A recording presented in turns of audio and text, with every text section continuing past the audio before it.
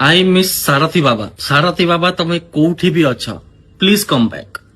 कारण जो टाइम रे सारथी बाबा थिले जदि आउ किछि टाइम रही जाई थांते मु 100% श्योर केन्द्रापड़ा रे एटलिस्ट गोटे रेलवे स्टेशन हो जाइथा। माने मु केन्द्रापड़ारू तमे विश्वास कर आज को हेलानी 2026 लोक माने कथा होचंती कि केमिति स्पेस टूरिज्म बढ़िबो आउ आजी जाए केन्द्रापड़ा रे गोटे रेलवे स्टेशन हो पारलानी।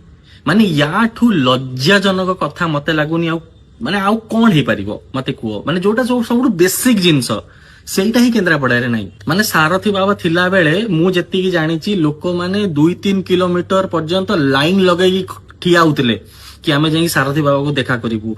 आउ से एरिया रे केन्द्रापड़ा जो मेन एरिया रे भरा बेपार होतला। माने पियाजी वाला रू आरंभ करी कि ऑटो वाला बस वाला होटेल वाला समस्त बेपार होतला। आउ किछि दिन रहितले सेठी गोटे रेलवे स्टेशन हो जाता। जेकोसी भी नेता आसिले चाहे से बीजेडी हो बीजेपी हो कांग्रेस हो समस्ते समस्ते पैसा मारले आ केही भी गोटे काम कलेनी।